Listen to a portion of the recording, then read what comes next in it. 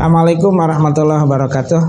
Alhamdulillah kita ketemu lagi dalam pengajian Matan Al-Ghoyah wa Taqrib. Kita lanjutkan qala musannif rahimallah wa nafa'ana bi wa bi masai wa bi ulum bidarin amin. Wa yaztanibu, kemarin kita sudah menerangkan orang yang berak itu wajib cewok dan cara cewoknya. Sekarang lagi beraknya bagaimana ini ya? Lagi beraknya, lagi kencingnya, ini ada etikanya dan ini dapat pahala. Jadi berak saja di Islam itu, kencing saja di Islam itu ada aturannya dan dapat pahala. Jadi kita ke WC jangan gelendeng, kita ke WC juga harus bahagia karena ada zikiran dan dapat pahala. Ada yang wajibnya dan ada yang sunahnya. Bahkan nanti kalau ada yang haram ditinggalkan itu juga dapat pahala. Wa yazanibu lan ngadohi sopo al-ghaid wong kang ngising, atau juga qadil hajat orang yang memenuhi hajat, istiqbalal kiblat, satu menghadap kiblat. Jadi orang yang sedang berak dan kencing, tolong berak dan kencingnya jangan menghadap kiblat. Jadi kalau kita bikin WC sebaiknya menghadap, kalau di Indonesia ya ngalor ngidul. Wasid baroha dan mungkuri kitab dan membelakangi kiblat ya. Jadi dilarang menghadap kiblat, dilarang juga membelakangi kiblat. Itu tuh pisohroi di lapangan atau bahasa Jawa arah-arah, di tempat yang tidak ada penghalangnya. Jadi kalau kita kencing atau berak di sawah, jangan menghadap kiblat, jangan memungkuri kiblat. Dalilnya kata Kanjeng Nabi, idza atitumul ghaid, ketika kamu mendatangi tempat berak, fala tastaqbilu al-kiblat, jangan sekali-kali menghadap kiblat. Wala tastadbiruha, dan jangan sekali-kali membelakangi kiblat. Walakin syariku, tetapi menghadaplah ke sebelah timur, au gharibu, atau menghadap ke sebelah barat, karena kiblatnya berada di sebelah mana coba? Sebelah ini kan ngulur ngetan, berarti ada sebelah utara atau sebelah selatan. Kalau kiblatnya sebelah utara barat seperti kita ya berarti ngadep ngidul ngalor ya, utara selatan. Nah, hadis ini ditahsis khusus untuk bisohro karena ada hadis lain yang menyatakan Ibnu Umar irtaqaitu fawqa dhahri baiti Hafsah. Saya naik ke atas wubungnya lah, kalau sekarang sih wubungnya, suhunannya rumah Hafsah. Libadi hajati, karena ada kepentingan, ada sebagian kebutuhan saya. Para itu Nabi SAW, saya melihat kanjeng Nabi yakdi hajatahu, sedang memenuhi hajatnya, mustaqbil kiblat, membelakangi kiblat, mustaqbil Syam, menghadap Syam. Makanya kalau ada lagi yang menyatakan kalau membelakangi boleh. Ada lagi, ya ini hadis mentahsis karena itu di bangunan. Berarti yang tadi yang tidak boleh itu adanya di lapangan luas. Kalau yang boleh menghadap kiblat atau membelakangi kiblat itu kalau di bangunan ya silakan. Tapi sebaiknya tadi ada di bangunan WC sekarang ataupun di luas ya jangan menghadap kiblat. Kalau yang luas itu tidak boleh menghadap kiblat, ada mengatakan makruh tahrim, ada mengatakan makruh tanjih ya.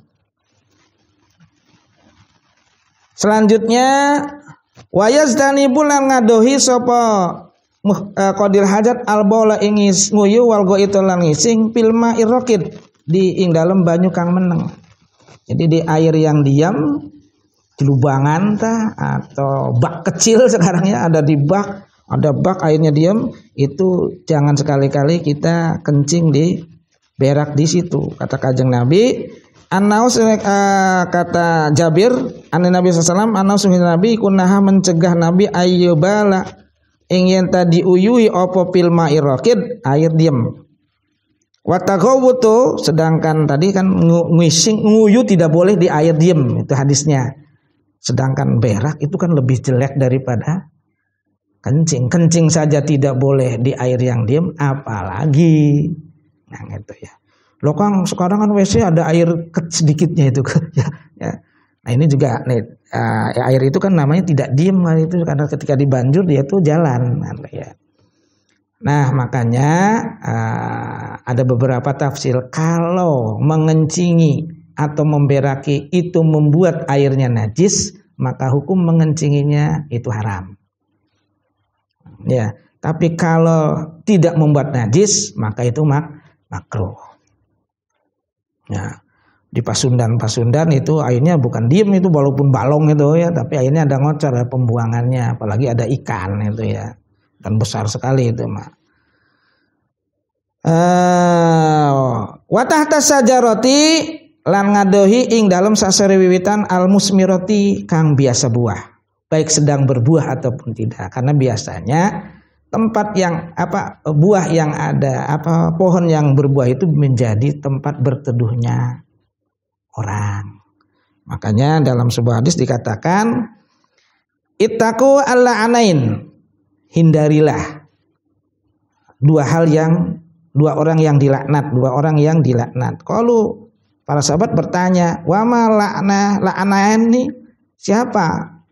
La'anain tuh dua orang yang dilaknat. Katakannya Nabi, alladzi yatakhalla fi tariqin nas, satu orang yang berak atau kencing di jalannya manusia. Dilihim, atau yang kedua berarti di aub-aub tempat berteduhnya manusia masyarakat. Di antaranya lah pohon-pohon yang berbuah. Yang selanjutnya wapitorik, tadi dalilnya sudah. Wapitorik dan dalam-dalan, wadililan aub-aub. Wadililan aub-aub.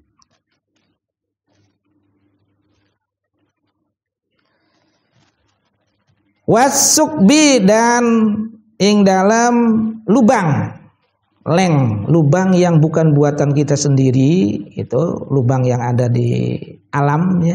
Karena dari hadis Nabi dikatakan bahwa Abu Dawud dan lainnya menceritakan dari an Abdillah bin Sarjas radhiyallahu anhu qala nah Rasulullah SAW ayubala untuk dikencingi opo fil hujri, di lubang. Ya, di lubang yang ada di tanah. Ya, karena ada lagi hadis bahwa itu adalah tempatnya bernaungnya, tempat mukimnya, tempat rumahnya jin. Wala yatakalamu lan ora kena ngomong sapa qadil hajat alal boli, karena ingatase nguyuh wal itilan kencing. Ya, ketika nguyuh dan kencing, khususnya ketika keluar ya. Kalau kencing itu dilarang untuk berbicara karena sedang kalau kata ini lagi ngeden, lagi mengeluarkan, ketika bicara itu menghalang-halangi, tidak sampai tuntas jadinya, mengganggu pengeluaran ya. Bahkan ada hadisnya dikatakan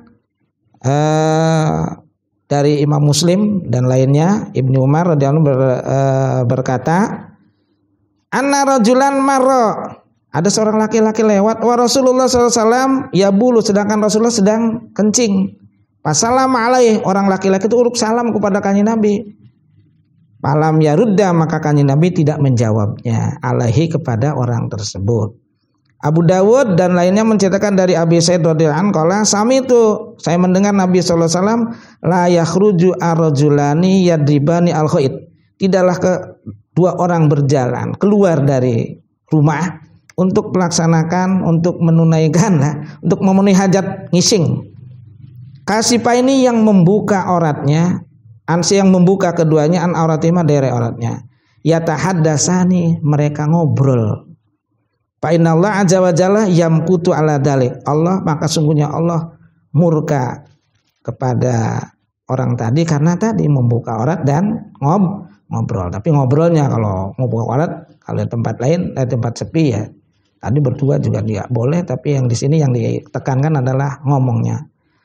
Itu terutama ketika sedang keluar. Wala yastaqbilu asyamsa, dan tidak boleh lan ora ngadep sapa wong asyamsa ke srengenge wal qamaran rembulan. Nah, kebetulan kalau di Arab itu kan beda kiblatnya. Kiblatnya itu ke arah selatan, ke arah utara. Sedangkan mataharinya dari timur. Kalau kita kan kebetulan enak nih, ya.